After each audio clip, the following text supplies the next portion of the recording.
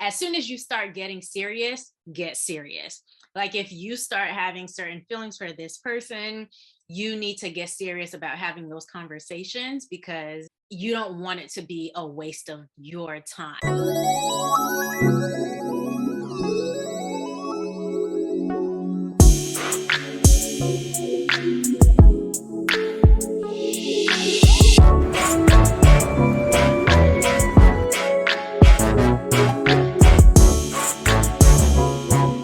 Hey, girlfriends, welcome to another episode of Girlfriends and Goals. We're your hosts, Miosha and Samaria. This podcast is a space where we'll talk about friendships, life goals, a little bit of pop culture, and all things womanhood. Our top goal this year is to grow our podcast audience. So if you're new here or you're an avid listener of this podcast, please subscribe, leave us a 5-star rating, write a review, and be sure to share this episode with a girlfriend or two.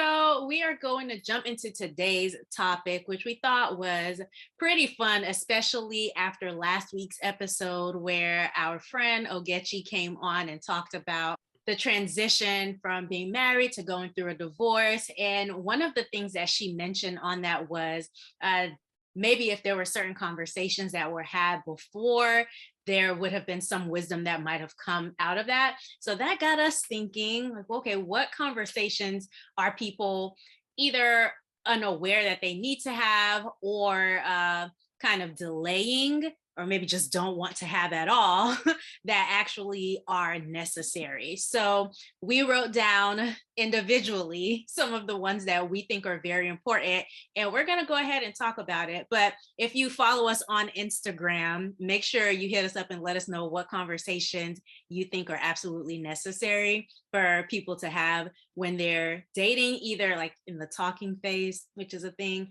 or like dating more seriously before engagement or whatever. All right, so Miosha, you want to kick us off? Let us know, girl, what conversations do we need to be having out here? The first one I would say is compatibility on lifestyle, but beyond finances. Okay. So when I say lifestyle, I mean, well, finances are important. I don't want to skip over that, but I think finances are heavily tied to lifestyle. And so when I've heard certain conversations happening in like the early dating phases or right before an engagement, a lot of it's around practical things like, okay, are you a good saver? Do you follow a budget? Do you have good credit? Do you have any physical assets? Which I think those conversations are definitely needed. But I think there's a deeper conversation that needs to happen around, well, what happens with the actual money in terms of your lifestyle and making sure that you and this potential future partner are going to be on the same page long term. And so examples of that would be, yes, you have actual money for your budget, but then what do you feel comfortable allocating to the different areas of your life? Because if you, as the woman, feel like, oh, I feel comfortable in having this type of home, and then your partner is like, oh, actually, I want to spend twice as much as that. Like you kind of want to have those conversations sooner rather than later, just to make sure that, one, that you're not conceding or making huge sacrifices on something that's like really, really important to you. Yeah. Because I feel like when it comes to money and finances, it can kind of be downplayed as like, oh, those are material things or it's not important.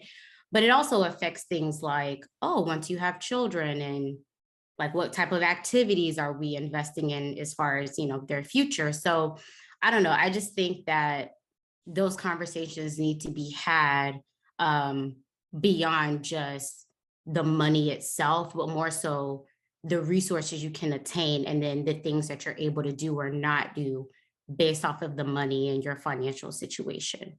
At what stage do you feel like this conversation needs to happen? So I'm assuming it's obviously not the talking phase, but like where in your mind do you see this conversation falling in a relationship?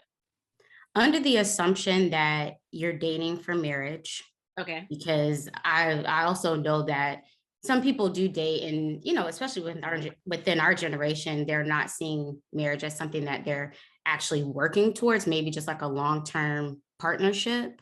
Okay. But assuming that you're dating for marriage, I would say in the earlier dating phases, Okay. like we're official, we're kind of claiming each other, we're boyfriend and girlfriend, Mm-hmm. especially if you're at that age where you feel like if I was proposed to and got engaged, I'd be married within a year or two. Mm-hmm. So yeah, I wouldn't wait until right before the proposal to have these lifestyle conversations. And some of this, I think you'll see through observation, just Yeah. how they're living their life.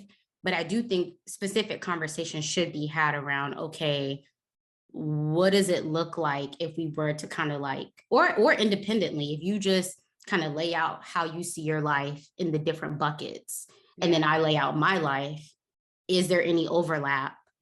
If not, well, what does that mean? Mm-hmm. One of the things that falls in line with this for me is, does this other person feel like they have to have the newest, flashiest thing all the time? So that is something that I understand for some people, they want a partner who wants the newest or keeps the newest and flashiest and all of that. And I don't think there's anything wrong with that, just to make it clear. It's just not my lifestyle. So I always have to think twice about that. Like, okay, is this person just trying to keep up appearances? Like, because there might be a time where you don't have as much money to allocate to that. And so I need to know, like, you're not so attached to that lifestyle that, when things aren't going so well behind the scenes, you're still trying to keep up certain appearances. And so I Mm-hmm. think for me, that's why I'm like, okay, let me just keep it low key, because that's something that I can be consistent with no matter what. So yeah, again, nothing's wrong with that. It's just something that I think of in terms of how will that match my lifestyle. So I get what you're saying. So my first thing is actually during the talking stage. I don't know that people have the conversation about where the relationship is going, and I think that sometimes it causes people to feel like they're being like strung along, and the other person isn't trying to commit when they should be, and they're just not having conversations that need to be had. I don't know where I heard this, but I know it didn't come from me. But someone said, as soon as you start getting serious, get serious. Like, if you start having certain feelings for this person, you need to get serious about having those conversations, because you don't want it to be a waste of your time. And so I think that's a difficult a difficult conversation for some people, but it's a conversation that needs to be had as soon as you feel like you're getting serious. So you mentioned that this is a difficult conversation. Mhm. How would you go about initiating that conversation, or would you? I guess is a question. Yeah, this reminds me of that episode we did with Miss Champagne on like Yeah. defining the relationship. And I would, just because I like to know how I stand, like where I stand with people, because I'm a very, okay, if we're in this, we need to know. And if not, let me know so I can just get back to my life. Like, I'm always Mhm. trying to get back to a place where I I don't want to say I'm comfortable, because I don't want to sound complacent, but kind of, I want to know as much information as possible so that I can make the best decision for me. And so with us not having that conversation, I think it prevents me from knowing all the information so I can make a decision that works best for me. Mhm. So I would have that conversation, and I think I would just approach it like, hey, it's been, you know, a few weeks right now. We are spending a lot of time with each other, and I'm interested to see like how much more time we're planning on spending with each other. Is this something that you see being exclusive or not? Um, I feel like sometimes people avoid having this type of conversation because there's maybe an expectation that you have to be detached.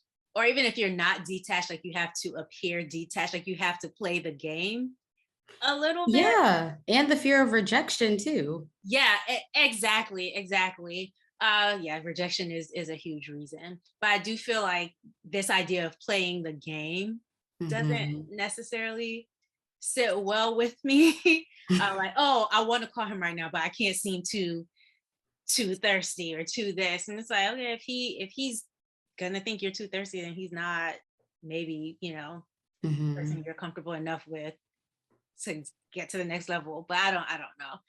For a Mhm. fact, I'm just saying that's a possibility. Yeah, I think there's levels to it and kind of how things have been going in the talking phase. Like if it started off with this like cat and mouse game, it may set that expectation that you're supposed to continue that. Uh, Yeah. and for some people they're comfortable with it. Other people they're like, no, if I want to talk to you, I want to talk to you. And Yeah. that's that. Why complicate our lives? Yeah, I think I am one of those people. And Yeah. if there's rejection, again, that's the information that I need to know to make decisions. So Yeah. I wanted to ask you though, Mhm. so we talked about the dating phase and we've I don't even know if we've talked about, I guess, like the pre-proposal phase and Mhm. having that conversation, because I think that's kind of a separate one. You have one where you're kind of establishing like, are we together in a committed relationship? And then Mhm. there's the proposal, but there is this dynamic of the woman maybe knowing that the guy is going to propose, or they both agree like, hey, we want to marry each other, but you don't have a specific date. Mm, But then is there a conversation that needs to be happen pre-proposal yeah. so that both people are aligned on the timeline? He's not thinking he has more time than he actually does. She's not getting frustrated because she's been in the girlfriend phase. She feels like too long. So yeah, that was actually my second conversation that I think people need to be having. Sorry if I'm rushing you along. No, you're not. It just goes to show that it's an important conversation, so much so that you thought of it too. But I think timeline conversations need to be ongoing for a Mhm. couple. Like I don't think the first time that I don't know. This is just my opinion. This is not it's right or wrong. Let me Mhm. just put it out there because I do think that there are multiple ways of this happening. But I do think if we made the decision that we're going to be serious about each other, that timeline conversations need to be thrown into other conversations along the way. It doesn't have to be, hey, let's meet tonight at 5 o'clock and discuss the timeline for our lives. I think it's something that maybe naturally comes up like, oh, okay, so, you had mentioned that you want to get married. When do you think that's going to be a possibility, or when is that a desire for yours? I mean, a Yeah. desire of yours. Like, when do you think that's something you would want to pull the trigger on? So yeah, I think it should be happening. And things happen in life where it might get pushed back or move forward, but I think those conversations do need to be ongoing. Mhm. Just because, like, say for example, I'm getting a graduate degree, right? uh you don't know other person like if I'm comfortable with waiting until I finish, or Mhm. if I'm comfortable with not waiting until I finish. Like, you need to have conversations with me to understand where in my life I see something like that happening, and that Mhm. needs to be ongoing. i think Yeah. I think for certain conversations, so for me, maybe this will explain why I think the way that I think. But for me, before I become a girlfriend, I kind of need to know that I can go the distance with you. Like, because if I can't, why am I gonna be out here saying I'm your girlfriend? At this age, like you said, there are people who are just dating for fun, and they maybe stumble into something more serious. But for me, looking towards something more serious, I don't really see the point in becoming your girlfriend just to figure things out. I need to know that, okay, there's some solid foundation here. And Yeah. that at the very least, the plan for both of us is to go into something more serious. Yeah. intentional, purposeful. Yeah. And like Champagne said, we should constantly be checking in on our relationship. So it maybe is an initial conversation, but over time, it Hmm. can pop in here and there just to make sure that you're still aligned because things do Yeah. change. So Exactly. Careers happen, life happens, and it might just not be a good time anymore. So maybe we need to push the timeline back. So yeah, I think timeline conversations need to be ongoing. And I think maybe one sign of a healthy situation is that you are open and willing to have those conversations without the fear of the other person being like, you're bringing this up too much, or like them getting really defensive when you do bring something like that up. Because it's like, okay, I it's thought we were. strange. It's It is. it's my life too, but it also shows, I guess, a bit of maybe their nature in terms of being in control of a situation if they're feeling like you're bringing it up or you're trying to nudge me along when it's like, no, it's that I have a life too. And if we haven't committed officially lifelong, then Hmm. I need to know like where things stand. I Yeah. think a lot of women can relate to that, if they, especially if they maybe stumbled into like a long-term dating situation Hmm. and, they just haven't gotten around to that conversation. But my next one, I guess, is somewhat related to the engagement phase, Okay. um, is having conversations around how the other person feels about counseling and therapy. Mm. And what made me think of this is the episode that we had with Autumn and how we were talking about how in our generation, therapy is so accessible. We're Mm. talking about it more, taking advantage of the resources that we have. It's not as taboo Yeah. for our generation, but I also wouldn't make the assumption that every person who enters into a relationship either has had therapy or counseling or that they're open to it. So Yeah. I think something like this maybe would tie into even premarital counseling, Hmm. and just seeing like if they're open to doing that. And even if, if they're not, I don't think that that's a deal breaker or not. I think more conversations could be had, but I'm talking about more so even once you're well into the marriage. Because I think a lot of couples are like they may go into the dating phase full intention on, hey, we want to be married, we get engaged, we're very happy, but then life happens. And so just seeing like, okay, well, are you comfortable with tapping into therapy and counseling as a resource to help us through this marriage journey? Or if you're completely opposed to it, and then based off of that information, both people can kind of decide like, okay, well, maybe we need to explore the conversation further. Or, you may feel like, hey, I want to be partnered with someone who's open to using that type of resource. Yeah, and like you said, it might not be a deal breaker that they haven't had it, or like, I don't know, maybe even hesitant, depending on who you are. But if they're just like flat out against it, for me, that is a huge deal breaker. Just because I think, and we did have this conversation with Autumn on the episode called I think it was like Black Women and Mental Health, or Mhm. Womanhood and Mental Health. But there can be older, like family members, older friends who are just so opposed to it. And if you've had to like come up in a family where certain people are against that, and that's hurtful to you, you do not want to sign up for life with someone else who will continue, Mhm. that harm, because they're so opposed to it. And so I think it's something that's really great to consider, you know. Yeah.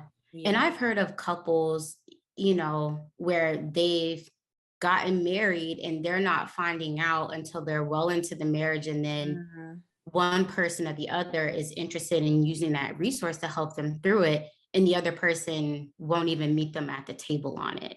So I Yeah. don't know. I think this is something that's worth exploring probably in the pre engagement phase, because then maybe an easier way to talk about it is seeing how interested they're in premarital counseling. If they're completely against that, then that may may let you know how much they'd be open to it in the future. I think some people who are just super religious could be very into premarital counseling, but then counseling to fix problems, they're not. So that's Mm, something, there that's a is a distinction to difference. watch out for as well. But I think I would even mention this topic in the talking stage, to be honest, Yeah. just to see like, do I even want to sign up for a mini commitment of being a girlfriend? So Mary say, listen, I need everything all lined up.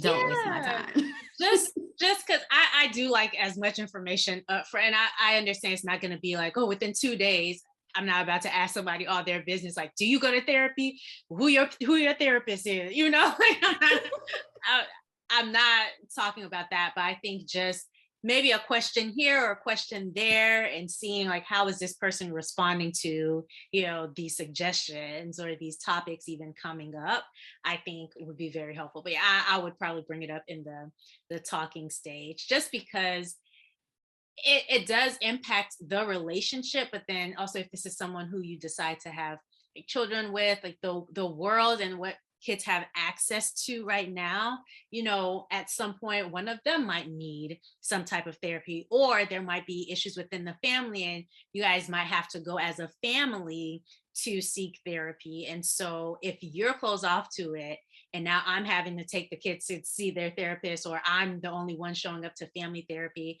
I think that's just like a cause for like issues. Like it can cause Yeah. a lot of A- problems. And I loved how you brought up how if a person is very religious, they may be interested in the premarital counseling. Yeah. But then I think like the follow-up question of, are you interested in counseling or therapy, Mhm. is, are you open to seeing an actual licensed clinical therapist? Yeah. Yeah. Because a lot of people, which is fine, will lean on their church and their Yeah. pastor, but there is a difference going to a therapist, someone who's separated from your family, there isn't any bias there. And, they also have like the license and education behind it as well. Yeah. And it is different. I understand. I'm not comparing the two exactly. Yeah. I think they both have their lane, Mhm. but having the conversation of, are you open to both or one or the other, and if you're Yeah. opposed. Absolutely. Um, so I'll go ahead and go into my next one, Okay. which is deciding gender roles. And I think this is particularly important in the social media age, just because we're constantly getting information thrown at us that, oh, you shouldn't, be in traditional gender roles, or you should be in traditional gender roles. And I think it makes sense for the two people who are going to have to cohabitate to really have an agreement on, okay, what are you willing to do? And maybe even what are your strengths, because even if like even if you are in a situation where you want to be this like wife, right, who like cooks and does this, that, and the other, maybe your food just doesn't hit as much as your husband's does, and so he's like, hey, I'll take over cooking, and now you're like in a disagreement because you're like, no, I should be doing this, But I think gender roles need to be discussed. And I think as soon as possible. I don't know if necessarily in the talking stage, but maybe people are gonna be Samaria, like, are you saving anything for the engagement? Listen, I don't blame you though. The more intentional you are up yeah, front, especially as a woman, we recognize time in a different way than men. yeah. So And I'm not saying discuss it in detail, but just like, oh, okay, do you enjoy housework? you like folding clothes? Right. How do you feel about cutting grass? Oh, okay, you like that. Okay, cool, cool, cool. Yeah, just little stuff like that. Because you are getting to know the person. So you want to know what things are like an absolute no for them. And so I think it makes sense to me to just discuss, like for me, if there's someone in my life, I'm not gonna be pumping gas when they're around. Like I will have that car on E before I go, and It's just one of the things that I absolutely hate, but I also dislike grocery shopping, which Mm, technically I guess it falls under a woman's, duties if you're looking at quote unquote traditional gender roles. But, I would have to negotiate that with a partner. Like, hey, I will make the list. I, will do this, that, and the other. But to actually go into the grocery store, maybe let's split that, you mhm. take a month, I take a month or something, because it's something that I genuinely do not enjoy, Mm. doing. So, yeah, so I think that's something that's worth discussing as soon as possible. Yeah, I definitely think it's worth it. And then also just seeing, even if you don't align, because you might have two people who hate doing grocery Grocery shopping. shopping, Instacart. Okay. uh, but even if you don't align on those things, at least seeing how flexible they are at Right. that time. Because obviously, once you get into it and real life happens, Yeah. things may change, may be different, but if a person is very rigid up front, like I'm absolutely not doing this, especially if it's on something that both of you express discomfort with doing, Yes. that's kind of opening up another conversation of, okay, well, how flexible are you just Right. in general in terms of a partnership? Yeah, like if you're saying, "Oh, well, I'm not doing it," and you aren't interested in, suggesting maybe how we can still get it done, you're just like, "Oh, you figure it out because I'm not going to do it." Yeah. Then, for me at least, that would be an issue, because it's like, are you invested in making a household function, or you just expect me to do all the things that you don't want to do and figure it out on my own? And I don't think that's fair. Yeah, especially since most of us would have had some time living by ourselves before we got married, and these are just things that had to get done anyways. Yeah, absolutely. Yeah. Absolutely. Well, I guess I'll give my next one, Mhm. which is having a conversation on flexibility in family planning.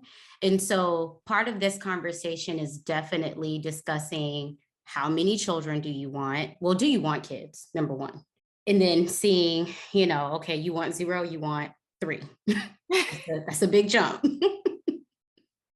But seeing if both people are open to having children, the number of kids, which I think, there could be some flexibility there or not. I will say that I think you should, when you go into the conversation, especially in the earlier dating phase, Mhm. um, if you feel like I want to have two kids and I don't think my family would feel complete Mhm. unless I do, I think going into the conversation, it's okay to be very honest about that and not giving answers to like not scare a person off, because the amount of people in your family is a big deal. Even though you don't have a glass ball, you can't see the future per Yeah. se. But if you feel like, oh, this is something that's very, very important to me, and Mhm. they're also rigid too, that Yeah. lets you know a lot.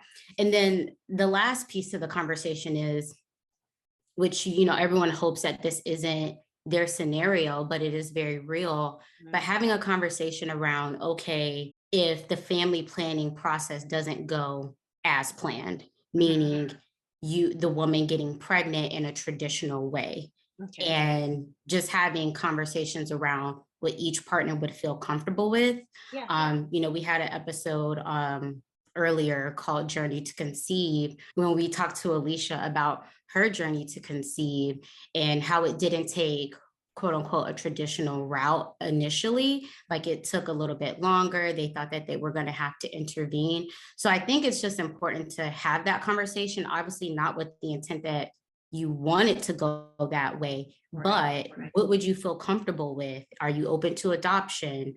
Are Mhm. you open to IVF or any medical interventions to help the process along? Just to see if you're in the same ballpark. And if the person is against it, then like what are those reasons? And then what additional conversations may need to happen? Yeah. I was gonna ask you like why you think people maybe hesitate to have the conversation. But as I was like thinking about that, I don't know if people are hesitating as much as they're just not anticipating things. Not like whoever really anticipates that, oh, things won't go as planned. Like that's why you you come up with the plan, you know. So I think that might be preventing people from having the conversation. So I'm glad you brought it up so that if someone listening, you know, hasn't had those conversations, they can maybe just throw them out there and see what a partner might say. Yeah, I think for at least the women around my age, Mhm. we because we have access to more information and we're like inundated on social media. Mm, If you don't know someone in your immediate circle, mhm. or I would say you've at least probably been around a person who maybe has Okay. maybe had to go a different route. So I think one, people aren't having those conversations because you don't think that that will be your path. Yeah. But I also think that we are in the generation where, because we have access to so much information, that if that is the case, Yeah. we have more resources to actually do something about it. Mm, So people may be more open to taking those routes if needed. And mhm. that's not to say that if you don't align, like in the super early dating phases, that means you throw, the whole relationship away. But Yeah. I do think that family planning is a big portion Yeah. potentially of your future relationship if you want to have children. And I just think it's one of those conversations where it may not be like a deal breaker, but it may be better to know sooner rather than later, like, okay, at least this is something we're on the same page with. We both be Okay. open to, say, adoption. These If are the options that we Mhm, have, you know, if anything doesn't go as planned, like a plan B, plan C, you know. mhm, I would also like to add to that conversation, like once you're done having kids, like who goes and, you know, like who who is the one who gets a procedure done, you know? Because it's 2022 and it can be the man as well. So I think that that's something that is worth discussing. Maybe not mhm. early on, you know, like okay, Dang. so this won't be in the talking phase. But I do Oh, think it's worth, like, maybe this is a marriage conversation, right? Or an engagement conversation where it's like, okay, like once that part of our life is over, would you be willing to? Should I, you know, have a conversation about it? yeah, I'd imagine that it may just depend. Like for the woman, obviously she's the one carrying the child. Mhm. And depending on like how her last birth went, like if she had a C-section and it's routine, I think that they could do it all in once. Mm, But if not, that's an invasive surgery, much more so than a vasectomy. comparison, yeah. Yeah, so that might stir the conversation one way versus the other. This reminds me of Kay Dean and Devell Ellis, how they Oh, just okay. had their first child, I mean their fourth child, and they were having this conversation around him having a vasectomy because she's like, I'm done. Yeah. Like we got four whole kids. I know a family who had four girls and, you know, went for the fifth and it was a boy. So that's Oh, for them. Yeah, yeah. So that's really exciting. Anyway, yeah. so my very last one would be just having a conversation about family expectations.